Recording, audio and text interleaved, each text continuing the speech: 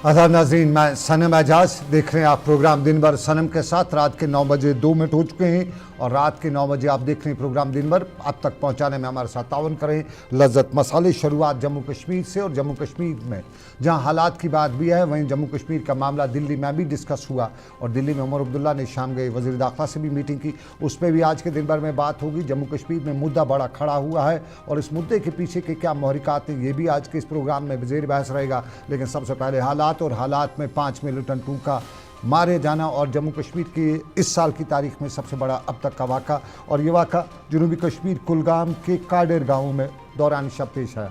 दौरान शब बताया जाता है कि यहाँ मिलिटेंटों की मौजूदगी के बाद फोर्स ने इलाके का मुआसरा किया, जिस दौरान सुबह तड़के ही गोलियों का तबादला हुआ। और गोलियों के इस तबादले में कुलगाम के काडेर बाग में जो है करीबन 1 दहाई से एक्टिव मिलिटेंट फ़ारूक अहमद भट्ट और फारूक नाली अपने दूसरे 4 साथियों समेत मारा गया। बताया जाता है कि ये सारा वाक़ा जो है दौरान शब पेश आया।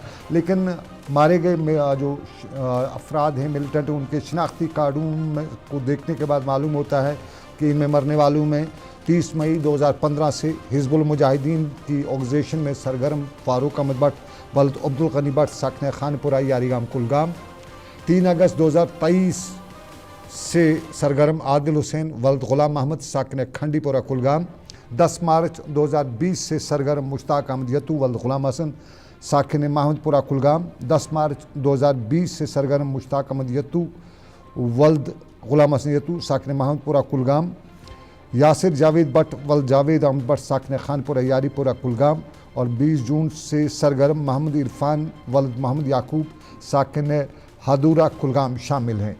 जाय जड़ब से फोर्सेस ने दावा किया कि उन्होंने AK-47 राइफ़ल की 21 मैगज़ीन, 4 AK-47 राइफ़लें, 1 AK-56 राइफ़ल, 70 गोलियां, 5 पाउच, 3 लाख रुपये नकदी और एक प्लास्टिक कटर बरामद हुआ है। दौरान शब ये वाक़ा जो है जनूबी कश्मीर के काडेर गाँव में, और साल के जाते जाते ये बड़ा मिलिटेंट मामला जो है वो देखने को मिला। इस झड़प में जो है 2 सिक्योरिटी फोर्स के एहलकार ज़ख्मी भी हुए हैं।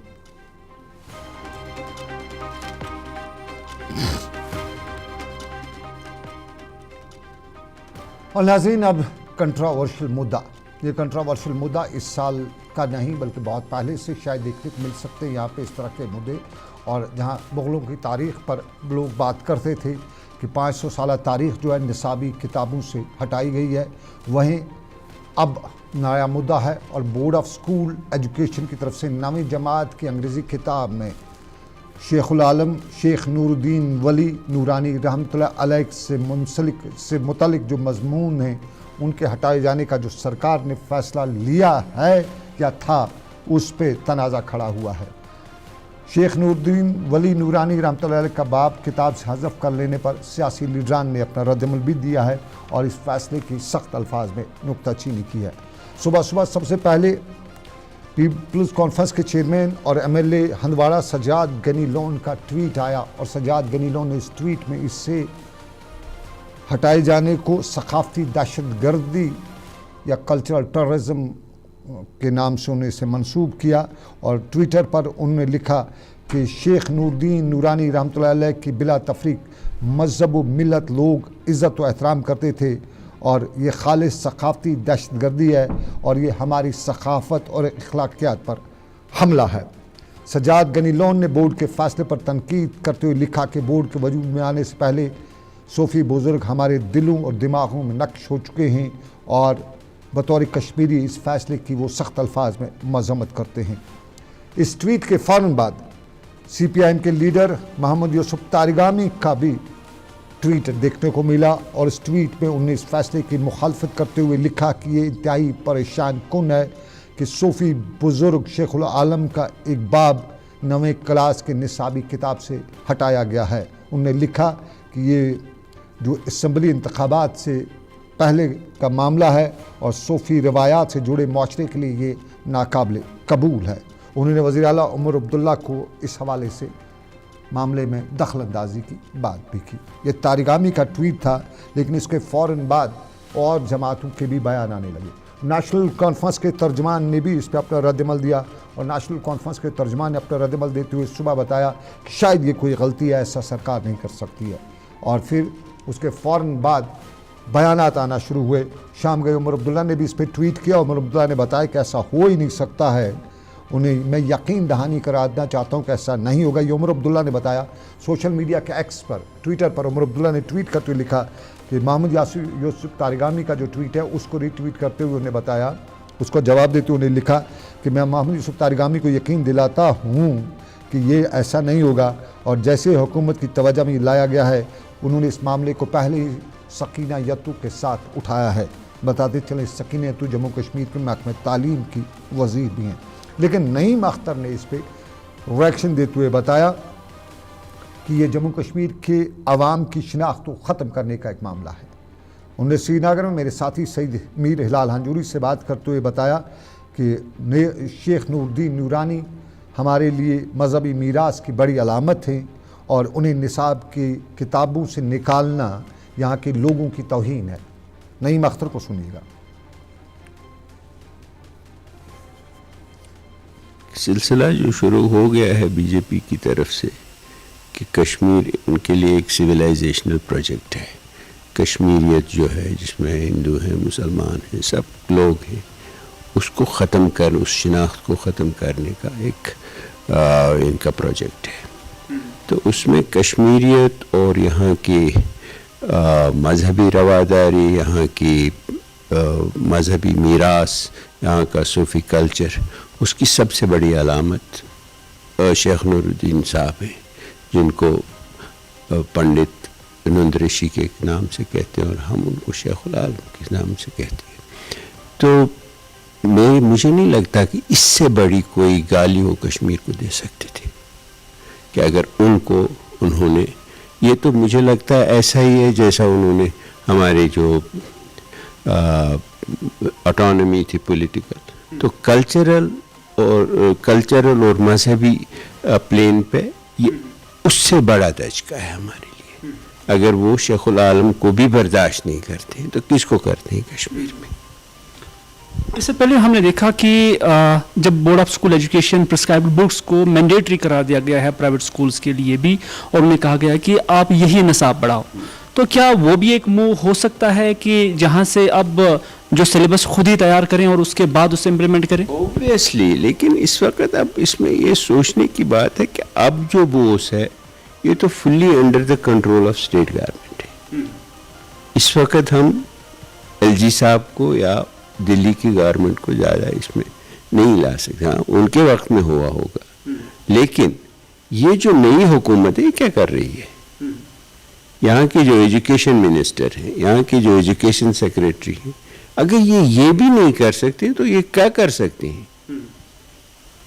अगर उमर साहब चीफ मिनिस्टर बने तो पहली हाजिरी तो शेखुल आलम के पास दी उन्होंने। कोई भी आता है कश्मीर में वहाँ जाता है, एलजी साहब जाते हैं, दूसरे लोग जाते हैं, कोई गवर्नर जाते हैं, प्राइम मिनिस्टर जाते हैं। वो तो एक मर्जा है हमारी पूरी हमारी फेथ का, हमारी विरासत का, हेरिटेज का और हमारी शिनाख्त का। तो अगर मुझे नहीं लगता कि इस हुकूमत को मुझे लगता है कि इसी एक बात पे उनको आड़े हाथों लेना चाहिए कि ये 50 सीटें लेके ये शेखुल आलम को निकाल रहे हैं अपने निसाब से, उसके बाद क्या बचा इसमें? तो ये एक कल्चरल इन्वेजन है और एक्सक्लूजन है। हमारा जो तहजीबी विरसा है उसको ख़त्म करने का एक बहुत बड़ा सानिया है। It's a tragedy. देखिए, एक सिलसिला जो शुरू हो गया है बीजेपी की तरफ से,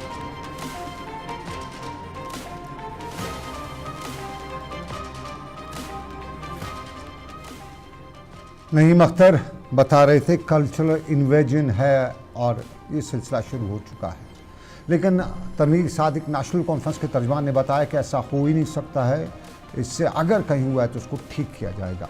उन्होंने कंट्रीब्यूशन की, शेख नूरुद्दीन वली नूरानी रहमतुल्लाह अलैह की कंट्रीब्यूशन की बात करके बताया कि ऐसा सवाल ही नहीं पैदा होता है। लेकिन अब आपको नाज़रीन बताते चलें, ये वो मामलात हैं जो आज का बड़ा कंट्रोवर्सी मुद्दे की बात है। लेकिन हम ज़रा अब दूसरे मुद्दे पर चलते हैं और तस्वीर दिल्ली की आपको दिखाते हैं। दिल्ली में बड़ा मामला था। जम्मू कश्मीर के वज़ीर आला उमर अब्दुल्ला की आज शाम गए दिल्ली में वज़ीर दाखिला से मुलाकात हुई। ये मुलाकात साफ ज़ाहिर है जम्मू कश्मीर से मुतल्लिक़ थी और जहां कुछ लोग ये भी बता रहे थे कि दिल्ली में पार्लियामेंट के इजलास के दौरान के आखिरी दिन कम से कम जम्मू कश्मीर से मुतल्लिक़ कुछ न कुछ बात ज़रूरी होगी, वहीं आज की इस मीटिंग को भी काफ़ी अहम और उसी तनाजुर में देखा जा रहा था। उमर अब्दुल्ला ने दिल्ली में बात भी की और वज़ीर दाखिला से बात करने के बाद उन्होंने मीडिया से भी बात की। शाम गए उमर अब्दुल्ला वज़ीर दाखिला से मिले और वज़ीर दाखिला से मिलने के बाद जब उन्होंने मीडिया से बात की तो उन्होंने बताया कि अच्छे माहौल में बातचीत हुई। 2 महीने के तजुर्बे की उमर अब्दुल्ला ने बात भी की और 2 महीने के तजुर्बे की बात करते हुए बताया कि उन्होंने मामला है बिजनेस ऑफ रूल्स पर भी उनसे जब सवाल पूछा गया तो उन्होंने जवाब दिया कि मामला हमारा है, हम इस पर बात करेंगे। जम्मू कश्मीर की स्टेटहुड साफ ज़ाहिर है और बिजनेस ऑफ रूल्स 2 बड़े इशूज़ हैं जिन पे माना जाता था कि दिल्ली में वज़ीर आला उमर अब्दुल्ला और वज़ीर दाखिला के साथ मुलाकात हुई। ताहम उमर ने शाम गए कुछ खुल के तो नहीं बताया, लेकिन ज़राया ने कुछ और भी बताया। उमर अब्दुल्ला ने क्या बताया?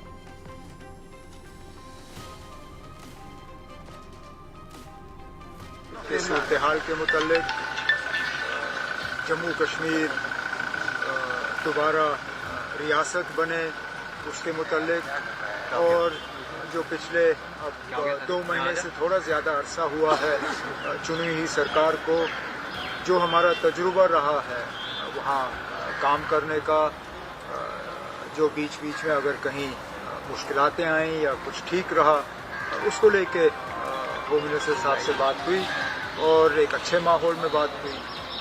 उम्मीद की जा रही है कि इसी तरह काम करेंगे और जम्मू कश्मीर के लोगों को उसका फायदा होगा। बिजनेस ऑफ रूल्स को लेकर चर्चा हुई क्या? वो हमारा मामला है ना। बिजनेस रूल्स जो है उसका गवर्नमेंट ऑफ इंडिया से लेना देना नहीं है। बिजनेस रूल्स जम्मू कश्मीर की चुनी हुई हुकूमत को तय करना है, कैबिनेट ने अप्रूव करना है और वो लेफ्टिनेंट गवर्नर साहब को भेजना है। कैबिनेट सब कमेटी उसको फाइनलाइज करेगी, कैबिनेट उसको मंजूरी देगी और फिर हम लेफ्टिनेंट गवर्नर साहब को भेज देंगे। इसमें गवर्नमेंट ऑफ इंडिया का रोल बनता नहीं। सर, स्टेटहुड को लेकर कोई एश्योरेंस मिला है? हुई है स्टेटहुड को लेकर, हुई है स्टेटहुड को लेकर, उम्मीद की जा रही है। जो आज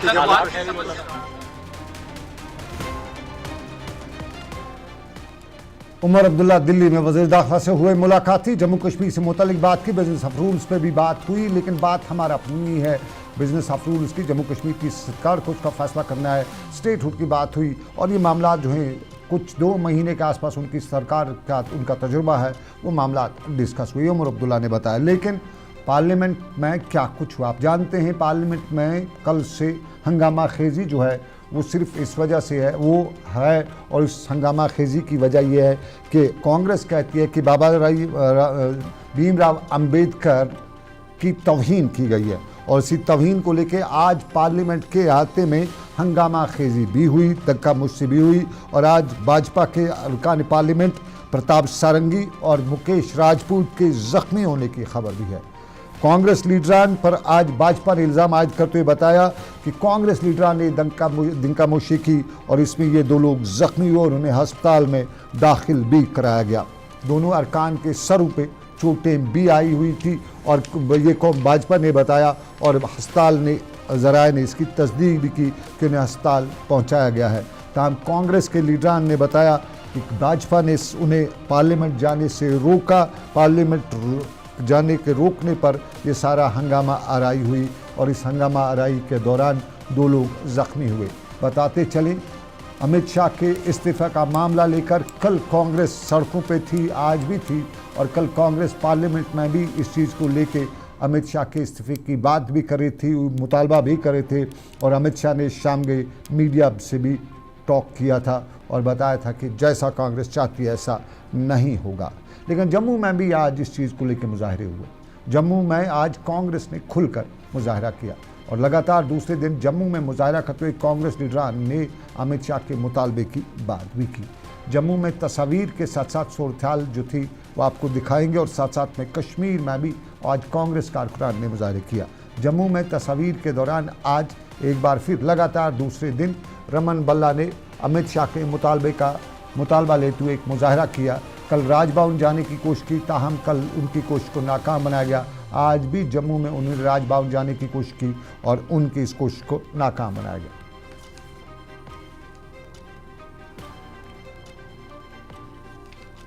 पूरे हिंदुस्तान में सड़क से लेकर सदन तक लड़ाई जारी है कि अमित शाह ने जो टिप्पणी की है अम्बेडकर साहब, जिनका लोहा दुनिया मानती है, उन्होंने ऐसा कॉन्स्टिट्यूशन दिया कि आज हिंदुस्तान बुलंदियों को छू रहा है, तो उसके पीछे स्पिरिट थी डॉक्टर अम्बेडकर साहब की।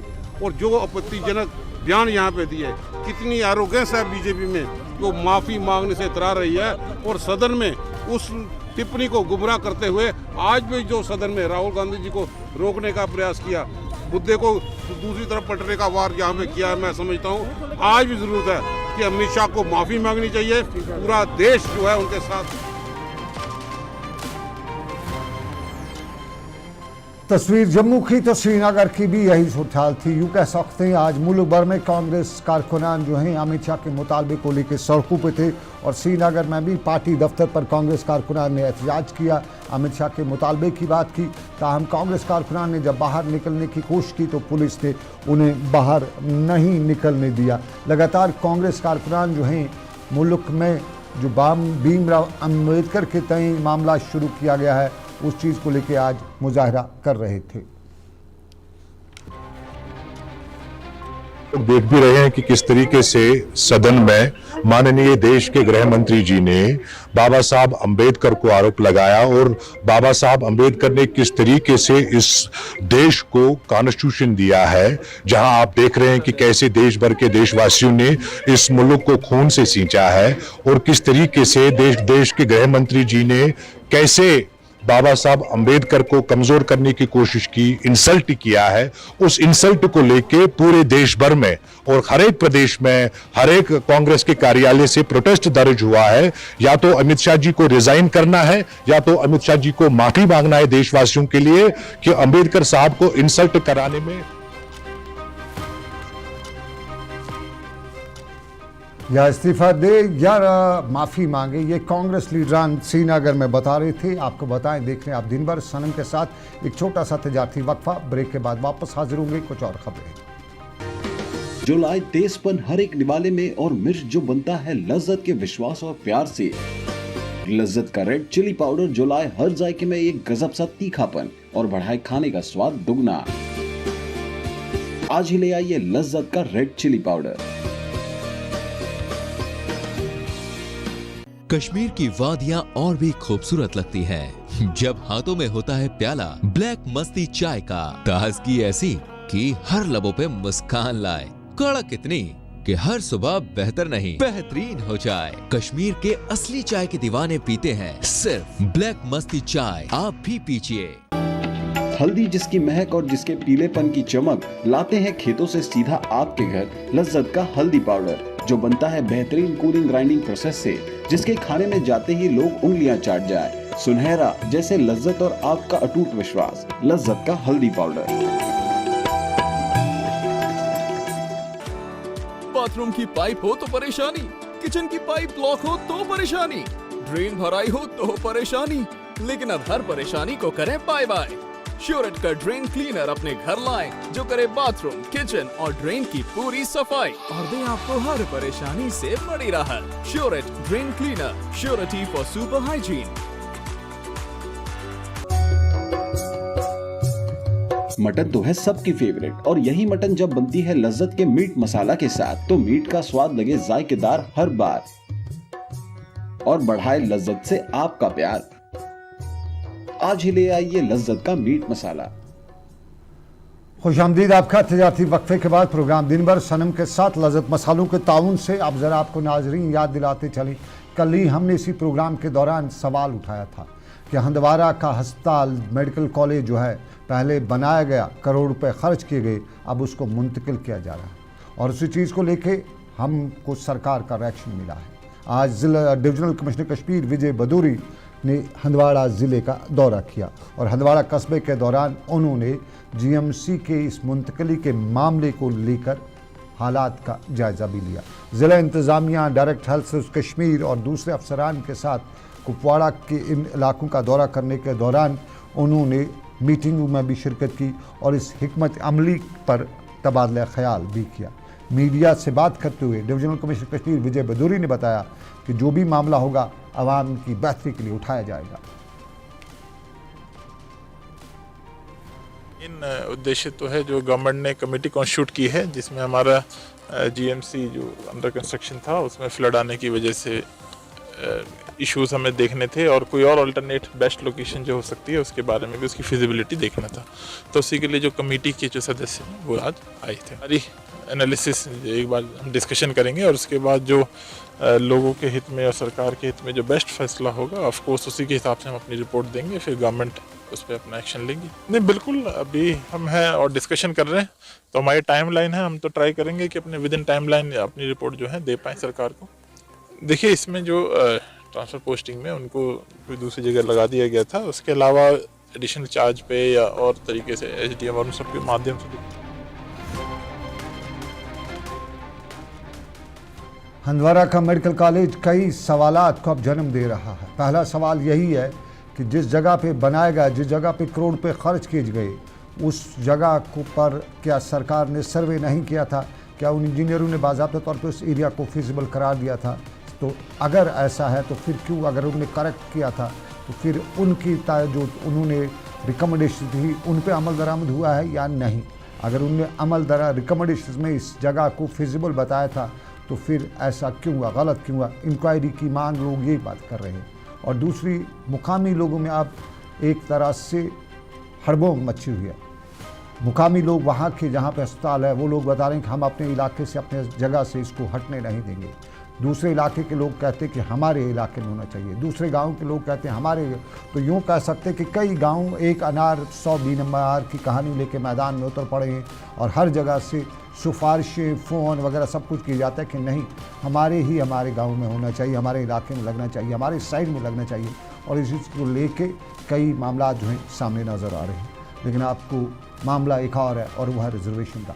रिजर्वेशन के मामले को लेकर सियासत ना सही लेकिन अवामी हल्कों में बड़ी बाज़गश्त चल रही है। ताहम आज जम्मू कश्मीर में भाजपा के सीनियर लीडर और साबका एमएलसी मुर्तज़ा खान ने पहाड़ी रिजर्वेशन को निशाना बनाने के लिए नेशनल कॉन्फ्रेंस को जिम्मेदार ठहराया और पुंछ के डाक बंगला में पहाड़ी लीडरान के साथ एक मीटिंग के बाद उन्हें मीडिया से बात करते बताया कि जम्मू कश्मीर की मौजूदा नेशनल कॉन्फ्रेंस सरकार ने इस रिजर्वेशन को एक मसला बनाया है और जहां नेशनल कॉन्फ्रेंस ने पहाड़ी की रिजर्वेशन को अपना मंशूर बनाया हुआ था, वहीं अब इसके साथ जो छेड़छानी की जा रही है और कहा कुछ खबरें हैं कि पहाड़ी रिजर्वेशन का कोटा कम किया जाएगा। उन्होंने बताया कि इस तरह की नेशनल कॉन्फ्रेंस की या किसी की भी कोशिश को वो कामयाब नहीं होने देंगे और ऐसा करने की कोशिश करने वालों के ख़िलाफ़ वो खड़ा होंगे।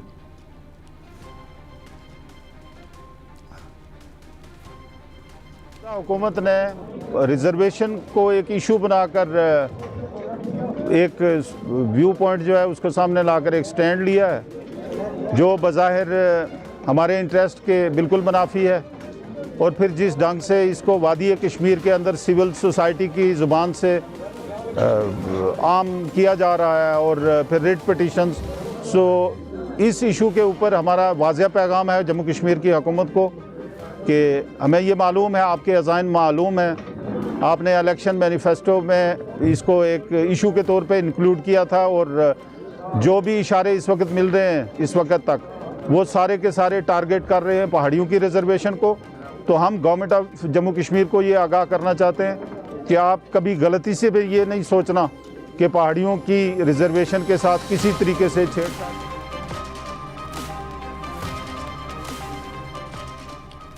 ये सोचना भी मत कि पहाड़ियों की रिजर्वेशन के साथ आप छेड़खानी कर सकते हैं।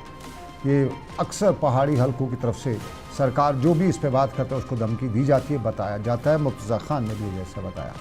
लेकिन अब आपको कुछ और बताने की हम कोशिश करेंगे। हमारे यहाँ मनशियात की वबा है, लेकिन इसी मनशियात के बीच में बहुत से लोग जो है नशे के आदी हैं, दूसरे तरह के नशे, सिगरेट है, तंबाकू है, पान है, इस तरह के नशों के आदी। लेकिन एक गाँव ऐसा भी है जो इन नशों के ख़िलाफ़ खड़ा हुआ है और ये है शेख गुंड शांगस का इलाका। शेगुंड शांगस के बाहर ये खवातीन जो हैं बाज़ाब्ता तौर पे हाथ में अपने प्ले कार्ड्स उठा रखे हैं और ये खवातीन अपने इलाके के सभी दुकानदारों को मंशियात ख़ास तौर पे सिगरेट, तंबाकू, नस्वार वगैरह जो है वो बेचने की पर रुकावट खड़ा किए हैं। मुकामी लोग भी इसका सपोर्ट दे रहे हैं और शेगुंड शांगस में अब बाज़ाब्ता तौर पे ख़वातीन की इस मुहिम को एक बड़ा मोमेंटम मिला है और नो स्मोकिंग के साथ साथ नो सिगरेट, पान, तंबाकू जितने मंशियात हैं सबको बेचने पर पाबंदी है और शांगसगुंड, शेखगुंड, शांगस की पूरी आबादी जो है इस वक्त इस पे खुल के सामने आई है। दुकानदारों ने भी अपने दुकानों के बाहर इस तरह के बोर्ड्स लगा दिए हैं और बता दिया कि ये स्मोकिंग फ्री जोन है। शेखगुंड शांगस में सिगरेट पीने की, सिगरेट बेचने की, तंबाकू बेचने की, तंबाकू पीने की, पान गुटखा बेचने की उस गांव ने पूरी तरह से दुकानदारों से लेके हर शख्स ने इस पे मुकम्मल पाबंदी आयद की है और नो स्मोकिंग जोन जो है उससे नो स्मोकिंग विलेज जो है उससे करार दिया है। मुकामी लोग किसी को भी अगर इस तरह का करते हुए पा रहे हैं तो उसके ख़िलाफ़ खड़ा हो जाते हैं। फ़िलहाल जुर्माना तो नहीं कर पाते हैं लेकिन गाँव से धक्के दे के निकाल बाहर करने की धमकी भी दे रहे हैं। तो एक अच्छी पॉजिटिव सिग्नल है, एक गांव से शुरू हुई है। ये कामयाब होगी नहीं होगी वो अलग सी बात, लेकिन कहीं न कहीं मोमेंटम और लोगों को होशियार होने का, जागने का एक मौका फराहम होगा। देख रहे थे आप दिन भर सनम के साथ। आज के दिन भर से बस इतना ही। इस उम्मीद के साथ आपसे लेंगे इजाज़त कि रब्बे कायनात की रही मर्ज़ी फिर करेंगे आपसे मुलाकात। रखिए ख्याल अपना। अल्लाह हाफ़िज़।